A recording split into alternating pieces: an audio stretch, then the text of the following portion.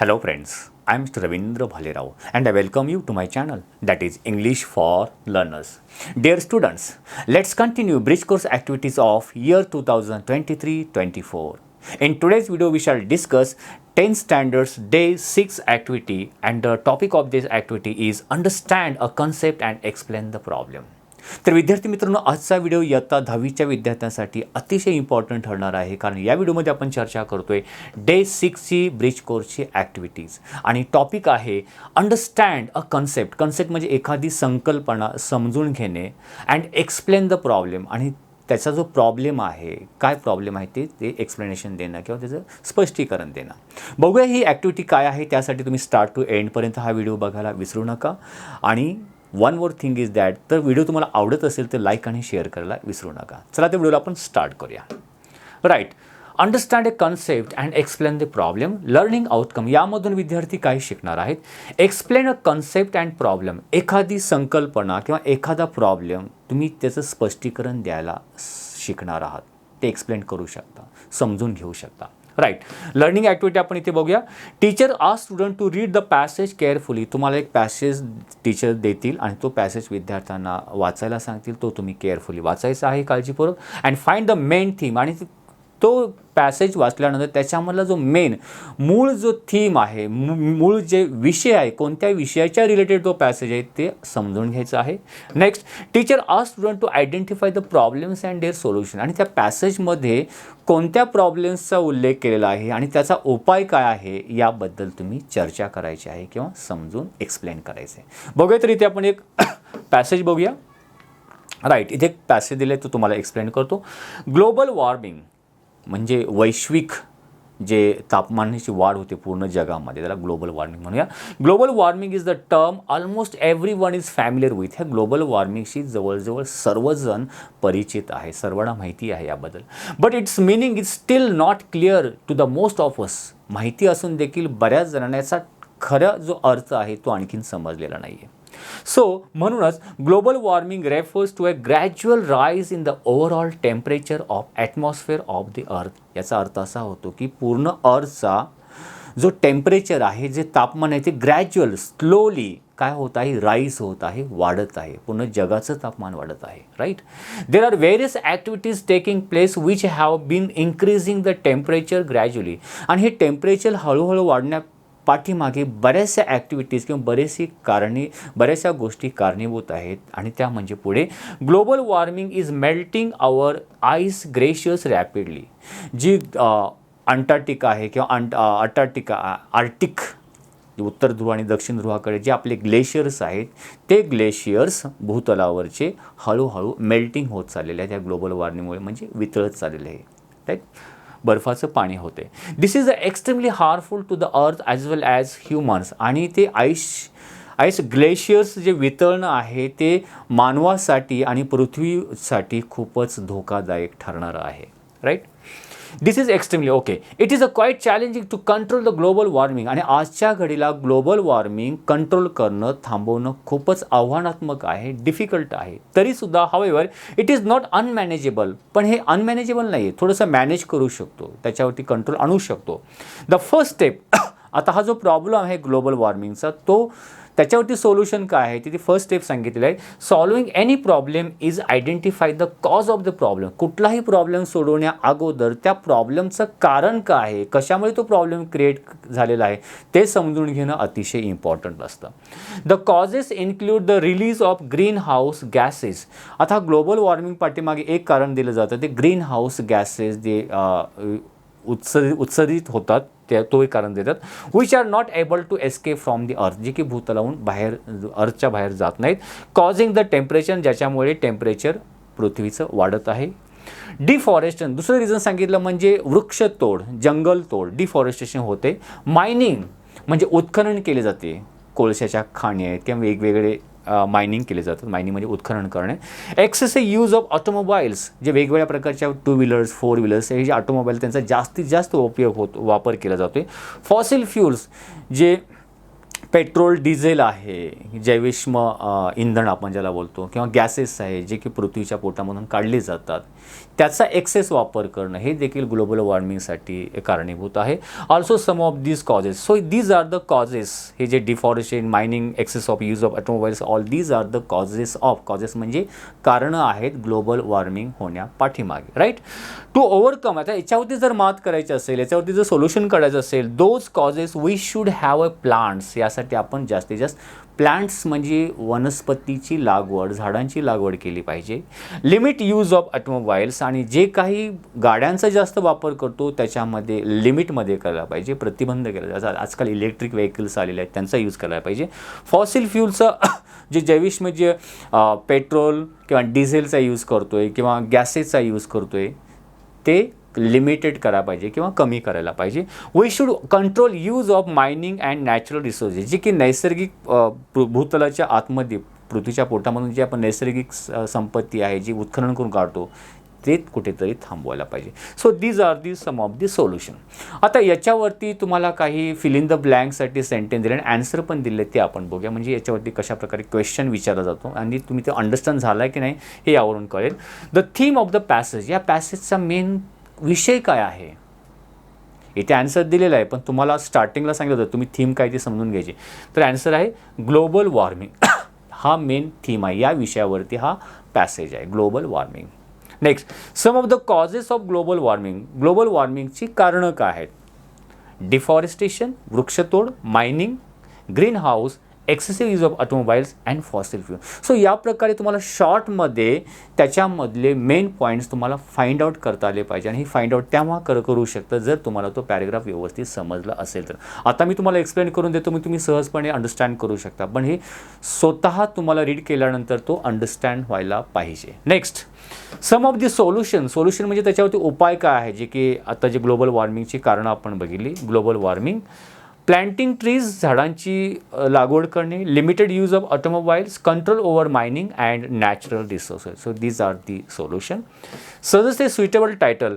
आता जे global warming हे एक टायटल, त्याला आणखीन तुम्ही टायटल काय देऊ शकता, ग्लोबल वॉर्मिंग हे तुम्ही टायटल किंवा शीर्षक या पॅरेग्राफला देऊ शकता. या प्रकारे त्या पॅरेग्राफचं कंटेंट काय आहे, थीम काय आहे, आणि त्याचे प्रॉब्लेम काय आहे, सोल्युशन काय आहे, आणि टायटल आपण इथे बघितलं.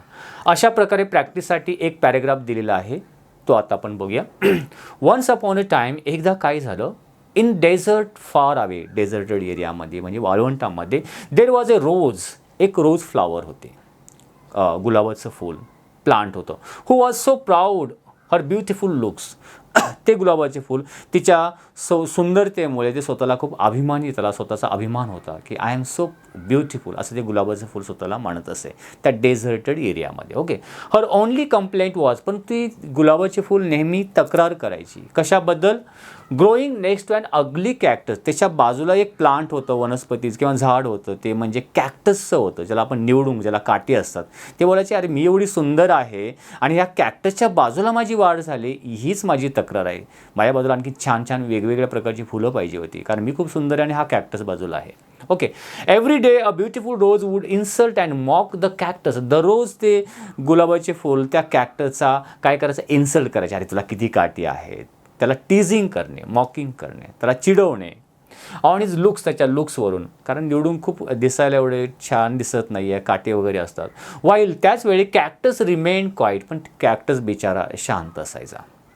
ऑल द अदर प्लांट, त्याच्या आजूबाजूला इतर काही प्लांट्स किंवा वनस्पती किंवा झाड वनस्पती होत्या near by, try to make the rose a see sense. त्या रोजला समजावून सांगण्याचा प्रयत्न, अरे थोडा कॉमन सेन्समध्ये राहा, चिडवू नकोस, तू पण एक प्लांट आहेस, अशा प्रकारे. But she was too swayed by her own looks, पण स्वतःच्या लुकमध्ये ते आपले झूममध्ये आपल्या धुंदीमध्ये असायचे. स्वेड्स ॲक्च्युली डोलणे होतं, पण स्वतःच्या धुंदीमध्ये ती डोलत असे. वन स्कॉर्चिंग समर, एकदा काय झालं, अतिशय हॉट समर म्हणजे कडाक्याचा उन्हाळा आला. स्कॉर्चिंग म्हणजे very hot. The desert become dry and there was no water. त्या वाळवंटामध्ये पूर्ण शुष्क झालं, तिथे पाणी संपलं, आणि त्यामुळे काय झालं, लेफ्ट फॉर द प्लांट, प्लांटसाठी पाणी मिळालं नाही, आणि हळूहळू the rose quickly began to wilt. आणि ते रोज फ्लावर होतं त्याला पाणी न मिळाल्यामुळे तो पटकन ते लगेच विल्टिंग व्हायला स्टार्ट झालं, म्हणजे कोमेजून जाऊ लागला. राईट. हर ब्युटिफुल पेटल्स ड्राईड अप, तिला सुंदर ज्या पाकळ्या होत्या त्या सुकून जायला लागल्या. लॉसिंग देअर लश कलर्स, आणि त्याचा जो लश म्हणजे ताजे टवटवीत असा जो हिरवा रंग होता किंवा गुलाबी तो कळ्या होत्या त्या पूर्ण काय झाले, लॉस म्हणजे नष्ट होऊ लागल्या. आता हा दिस इज द इफेक्ट तिथे दिलेला आहे. आता याच्यावरती काही क्वेश्चन दिलेले आहे जे फिल इन द ब्लँकसाठी. Plant mention in the passage, या पॅसेजमध्ये ज्या प्लांटचं वर्णन केलं आहे त्या प्लांटची नावं लिहायची आहेत, वनस्पतीची नावं लिहायची आहेत, ते लिहू शकता. द कंप्लेंट ऑफ रोज कोणत्या गोष्टीची कंप्लेंट करीत असे ते लिहायचं आहे. Action and reaction of the rose and cactus आणि रोजची ॲक्शन आणि रिॲक्शन काय होते ते मेन्शन करा. इफेक्ट ऑफ स्कॉर्चिंग समर म्हणजे कडाक्याच्या उन्हाळ्याचा इफेक्ट काय झाला तो लिहायचा आहे. And do you agree with the behaviour of rose and why, रोजची जी वागणूक होती त्या वागणुकीशी तुम्ही सहमत आहात का, असाल तर का, नसाल तर का नाही. बघूया आपण याचे आन्सर पण तुम्हाला मी सांगतो आहे ते. Right. The plant mention in the passage म्हणजे प्लांटचं वर्णन केलं आहे ते म्हणजे rose, cactus and other plants, इतर पण प्लांट्स आहे पण दे आर नॉट मेन्शन, त्यांचं नाव नाही, पण रोज आणि कॅक्टसचा आपण डायरेक्टली उल्लेख केला आहे, but they are not specified the names. The complaint of the रोजची काय कंप्लेंट होती, is that she is growing next to and ugly cactus, की तिचे त्या विद्रूप किंवा क्रूप दिसणाऱ्या कॅक्टसच्या बाजूला तिची वाढ झाली, हीच तिची कंप्लेंट होती. The rose insult and mock the कॅक्टसला जेव्हा इन्सल्ट करीत असे, while the cactus remain quiet and does not respond, तेव्हा कॅक्टस रिमेन्स क्वाईट, तो शांत राहायचा आणि डज नॉट रिस्पॉन्ड, तिला काही प्रतिसाद देत नसे. द स्कॉर्चिंग समरचा इफेक्ट काय झाला, cause the desert to become dry, desert पूर्णपणे शुष्क झालं आणि leading to a lack of water for the प्लांट्सला पाणी मिळणं बंद झालं, हा इफेक्ट. आता तुम्ही त्या रोजच्या बिहेवियरशी सहमत ॲग्री आहात की नाही त्याबद्दल. No, I don't think the rose's behaviour was right. The rose insulted and made fun of the cactus just because it looked different. This shows that the rose was being mean म्हणजे एकदम narrow minded आपण म्हणू शकतो. And didn't care about how to cactus felt, कॅक्टसला काय वाटेल तिचा विचार त्याने त्या रोजने कधी केलाच नाही. It's not a fair to जज others only by how they look, इतरांचं तुम्ही जज किंवा तुम्ही त्याच्याबद्दल अंदाज काढू शकत नाही त्याच्या दिसण्यावरून. We should treat everyone with respect, प्रत्येकाशी आपण आदरपूर्वक वागलो पाहिजे. अँड काइंडनेस आणि दयाने, no matter what they look like, ते कसे दिसू देत, but we should respect everyone. So या प्रकारे आपण पर्सनल रिस्पॉन्स टाईप आपण क्वेश्चन इथे म्हणू शकतो. राईट. नेक्स्ट आणखीन एक ॲक्टिव्हिटी दिलेली आहे तुम्हाला होमवर्कसाठी दिली आहे, ती आपण बघूया. Teacher provides non textual passage and ask student to find main theme, problems and their solution. तुम्हाला एक नॉन टेक्स्च्युअल पॅसेज देतील आणि त्याच्यावरती तुम्ही काय लिहायचं आहे, त्याचा थीम काय आहे, त्याचे प्रॉब्लेम काय आहे, सोल्युशन काय आहे. मग तुम्ही स्वतःहून फाइंड आउट करा एखादा अनसीन पॅसेज. परंतु तिथे मी तुम्हाला एक प्रॅक्टिससाठी दिलेला आहे, एक पॅसेज दिलेला आहे, तो बघूया आपण. द ॲमेझॉन रेन फॉरेस्ट, ॲमेझॉनचं जे फॉरेस्ट एरिया आहे जगामध्ये सर्वात जास्त दाट झाडी किंवा तो forest area, Amazon rain forest is a vast expanse of tropical rain forest in South America, covering an area of over 6 million square किलोमीटर्समध्ये तो ॲमेझॉनचं जंगल पसरलेलं आहे नॉर्थ अमेरिकेमध्ये, साऊथ अमेरिकेमध्ये. It is home to and astonishing diversity of flora and fauna, तिथे वेगवेगळ्या प्रकारच्या वनस्पती, फ्लोरा आणि फोना म्हणजे वेगवेगळ्या प्रकारच्या वनस्पती आपल्याला बघायला भेटतात. Including over 2000 species of fish, 2000 वेगवेगळ्या प्रकारचे फिश तिथे बघायला भेटतात म्हणजे माशांच्या जाती. And over 400 species of mammals म्हणजे सस्तन प्राणी असतात त्याचे 400 टाईप्स म्हणजे हे ॲमेझॉन जंगलामध्ये आपल्याला बघायला भेटतात. द ॲमेझॉन रेन फॉरेस्ट जे आहे is an important source of oxygen for the planet, या पूर्ण पृथ्वीसाठी ऑक्सिजन प्रोव्हाइड करण्यासाठी तो अतिशय इम्पॉर्टंट आहे. As it produces the more than 20% of world's oxygen, जगामध्ये जेवढा ऑक्सिजन आपल्याला भेटतो त्याचा 20% oxygen we get from Amazon's rain forest of the forest, तिथून आपल्याला हा ऑक्सिजन मिळतो. So this is the short paragraph आणि याच्यावरती आपण जे पॉईंट दिले त्या पॉईंटनुसार जाऊया. थीम काय आहे, द मेन थीम बायोडायव्हर्सिटी, म्हणजे तिथे जी जैवविविधता, वेगवेगळ्या प्रकारचे वनस्पती, प्राणी, हे त्याचा मेन थीम आहे. एक्सप्लेन आपण या प्रकारे कसो. Amazon rain forest is the rich and diverse and ecosystem, the main difference plants and animals, हेच एक्सप्लेन करू शकतो. एन्व्हायरमेंटल कन्झर्वेशन, आणखीन कोणता मेन विषयाशी रिलेटेड हा पॅरेग्राफ आहे. एन्व्हायरमेंटल कन्झर्वेशन म्हणजे पर्यावरणामध्ये कन्झर्वेशन करणं, वाचवणे, हे एक त्याचा विषय होऊ शकतो, रेन फॉरेस्ट वाचवणं. Protecting the Amazon rain forest is the important because it produces a lot of oxygen, helps the fight climate changes. So या दोन विषयाशी रिलेटेड हा पॅरेग्राफ आहे. आता प्रॉब्लेम काय आहे सध्या त्या पॅरेग्राफमधून आपल्याला काय प्रॉब्लेम बघायला भेटतो. प्रॉब्लेम म्हणजे डिफॉरेस्टेशन, दिवसेंदिवस ते ॲमेझॉन रेन फॉरेस्ट ते डिफॉरेस्टेशन म्हणजे जंगलतोड होत आहे. The rainforest is being cut down mainly for farming, logging and building, which is harmful to the environment. हा deforestation main point. Illegal activity तिथे होत आहेत, म्हणजे बेकायदेशीर ॲक्टिव्हिटीज होतात ती, म्हणजे इलिगल लॉगिंग, मायनिंग म्हणजे जंगलतोड करायची, तिथे उत्खनन करायचे, अशा प्रकारे. वाईल्ड लाईफ ट्रेड, जंगली प्राण्यांचा व्यापार, त्यांना पकडणं, मारणं, व्यापार करणे. Harming the rain forest and communities living there, तेथील जे स्थानिक लोक आहेत त्यांना इजा किंवा त्यांच्यावरती इफेक्ट होतो, हा प्रॉब्लेम आहे. क्लायमेट चेंज हा पण प्रॉब्लेम आहे. The rain forest is affected by the climate change, global warming वाढत असल्यामुळे तिथे रेन फॉरेस्ट म्हणजे ज्या ॲमेझॉनच्या जंगलावरती देखील इफेक्ट झाला दिसतो. Which can harm its plants, animals and overall health, तेथील सगळ्यांवरती, प्लांट्स असतील, ॲनिमल्स असतील, ओव्हरऑल सगळ्यांवर त्याचा इफेक्ट होत आहे क्लायमेट चेंजचा. So these are the problems. मग याच्यावरती सोल्युशन काय आहे. सोल्युशन या प्रकारे आहे. उपाय, प्रोटेक्टिंग द लॉ, जे नियम तयार केलेले आहेत त्या फॉरेस्टच्या रिलेटेड, त्याचं रक्षण केलं पाहिजे आणि ते मेंटेन केलं पाहिजे. स्ट्रॉंग लॉज अँड एन्फोर्समेंट, त्या लॉनुसार शिक्षा देणं are needed to stop deforestation illegal activities, म्हणजे डिफॉरेस्टेशन म्हणजे जंगलतोड आणि इलिगल जे ॲक्टिव्हिटीज ती स्टॉप करणं अतिशय गरजेचं आहे.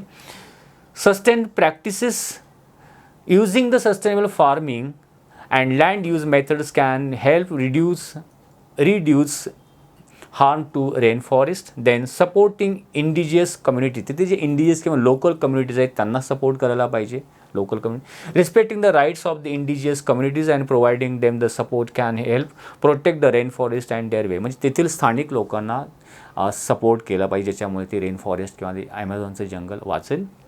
ग्लोबल कोऑपरेशन, ते जगामधील जेवढे countries and organisation need to work together, सर्वांनी एकत्रित येऊन काम करणं गरजेचं आहे ते जे ॲमेझॉन रेन फॉरेस्ट वाचवण्यासाठी, to protect the rain forest and fight climate change, जे क्लायमेट चेंजच्या विरुद्ध लढण्यासाठी.